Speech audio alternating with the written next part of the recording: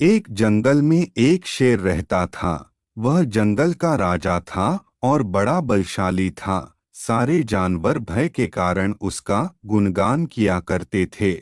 उसी जंगल में एक बुद्धिमान बंदर रहता था। वो शेर से डरता नहीं था और व्यर्थ में उसका गुणगान नहीं करता था। शेर की यह बात बुरी लगती थी। एक बार उसने बंदर को बुलाया और कहा, जंगल के सारे जानवर मेरी प्रशंसा करते हैं, तुम नहीं। ऐसा क्यों? मैं किस बात पर आपकी प्रशंसा करूं? बंदर ने पूछा। मैं बलशाली हूं। जंगल के सारे जानवर मुझसे डरते हैं। शेर ने उत्तर दिया।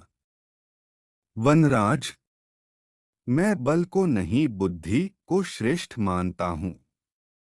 इसलिए मात्र बल के कारण मैं आपका गुणगान नहीं करूंगा। बंदर बोला। यह बात शेर को बुरी लगी और दोनों में विवाद हो गया। विवाद का विषय था, बुद्धि श्रेष्ठ है या बल। शेर की दृष्टि में बल श्रेष्ठ था, किंतु बंदर की दृष्टि में बुद्धि। दोनों के अपने अपने तर्क थे। अपने तर्क देकर वे एक दूसरे के सामने स्वयं को सही सिद्ध करने में लग गए। बंदर बोला। शेर महाराज, बुद्धि ही श्रेष्ठ है। बुद्धि से संसार का हर कार्य संभव है, चाहे वह कितना ही कठिन क्यों न हो। बुद्धि से हर समस्या का निदान संभव है, चाहे वह कितनी ही विकट क्यों न हो। मैं बुद्धिमान हूँ और अपनी बुद्धि का प्रयोग कर किसी भी मुसीबत से आसानी से निकल सकता हूँ। कृपया यह बात मान लीजिए। बंदर का तर्क सुन शेर भड़क गया और बोला, चुप कर बंदर, तू बल और बुद्धि की तुलना कर बुद्धि को श्रेष्ठ बता रहा है। बल के आगे किसी का जोर नहीं चलता। मैं बलवान हूँ और तेरी बुद्धि मेरे बल के सामने कुछ भी नहीं। मैं चाहूँ तो इसी क्षण इसका प्रयोग कर तेरे प्राण ले सकता हूँ।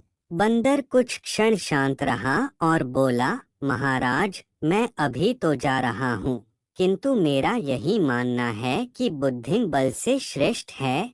एक दिन मैं आपको ये प्रमाणित करके दिखाऊंगा। मैं अपनी बुद्धि से बल को हरा दूंगा। मैं उस दिन की प्रतीक्षा करूंगा जब तुम ऐसा कर दिखाओगे। उस दिन मैं अवश्य तुम्हारी इस बात को स्वीकार करूंगा कि बुद्धि बल से श्रेष्ठ है। किंतु तब तक कतई नहीं, शेर ने उत्तर दिया। इस बात को कई दिन बीत गए। बंदर और शेर का आमना सामना भी नहीं हुआ। एक दिन शेर जंगल में शिकार कर अपनी गुफा की ओर लौट रहा था। अचानक वह पत्तों से ढके एक गड्ढे में जा गिरा। उसके पैर में चोट लग गई। किसी तरह वह गड्ढे से बाहर निकला तो पाया कि एक शिकारी उसके सामने बंदूक ताने खड़ा है। शेर घायल था। ऐसी अवस्था में वह शिकारी का सामना करने में असमर्थ था। तभी अचानक कहीं से शिकारी पर पत्थर बरसने लगे। शिकारी हड़बड़ा गया। इसके पहले कि वो कुछ समझ पाता, एक पत्थर उसके सिर पर आकर पड़ा। वह दर्द से तिलमिला उठा और अपने प्राण बचाने वहां से भाग गया। शेर भी चकित था कि शिकारी पर पत्थरों से हमला किसने किया और किसने उसके प्राणों की रक्षा की। वह इधर-उधर देखते हुए ये सोच ही रहा था कि सामने एक पेड़ पर बैठे बंदर की आवाज उसे सुनाई दी। महाराज, आज आपके बल को क्या हुआ? इतने बलवान होते हुए भी आज आपकी जान पर बन आई। शेर भी चकित था कि शिकारी पर पत्थरों से हमला किसने किया और किसने उसके प्राणों की रक्षा की। वह इधर-उधर देखते हुए ये सोच ही रहा था कि सामने एक पेड़ पर बैठे बंदर की आवाज उसे सुनाई दी। महाराज, आज आपके बल को क्या हुआ? इतने बलवान होते हुए भी आज आपकी जान पर बन आई। बंदर को देख शेर ने पूछा, तुम यहाँ कैसे? महाराज, कई दिनों से मेरी उस शिकारी पर नजर थी। एक दिन मैंने उसे गड्ढा खोदते हुए देखा तो समझ गया था कि वह आपका शिकार करने की फिराक में है।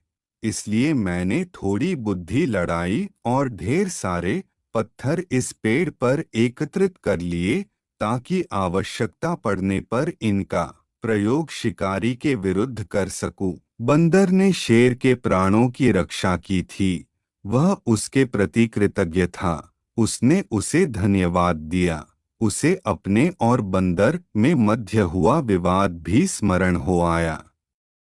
वह बोला, बंदर भाई, आज तुमने सिद्ध कर दिया कि बुद्धि बल से श्रेष्ठ होती है। मुझे अपनी गलती का एहसास हो गया है। मैं समझ गया हूँ कि बल हर समय और हर परिस्थिति में एक सा नहीं रहता, लेकिन बुद्धि हर समय और हर परिस्थिति में साथ रहती है। बंदर ने उत्तर दिया, महाराज, मुझे प्रसन्नता है कि आप इस बात को समझ गए। आज की घटना पर ध्यान दीजिए। शिकारी आपसे बल में कम था, किंतु बावजूद इसके उसने अपनी बुद्धि से आप पर नियंत्रण पा लिया। उसी प्रकार मैं शिकारी से बल में कम था, किंतु बुद्धि का प्रयोग कर मैंने उसे डराकर भगा दिया। इसलिए हर कहते हैं कि बुद्धि बल से कहीं श्रेष्ठ है। शेर और बंदर की कहानी की सीख: बुद्धि का प्रयोग कर हर समस्या का निराकरण किया जा सकता है। इसलिए बुद्धि को कभी कमतर न समझें।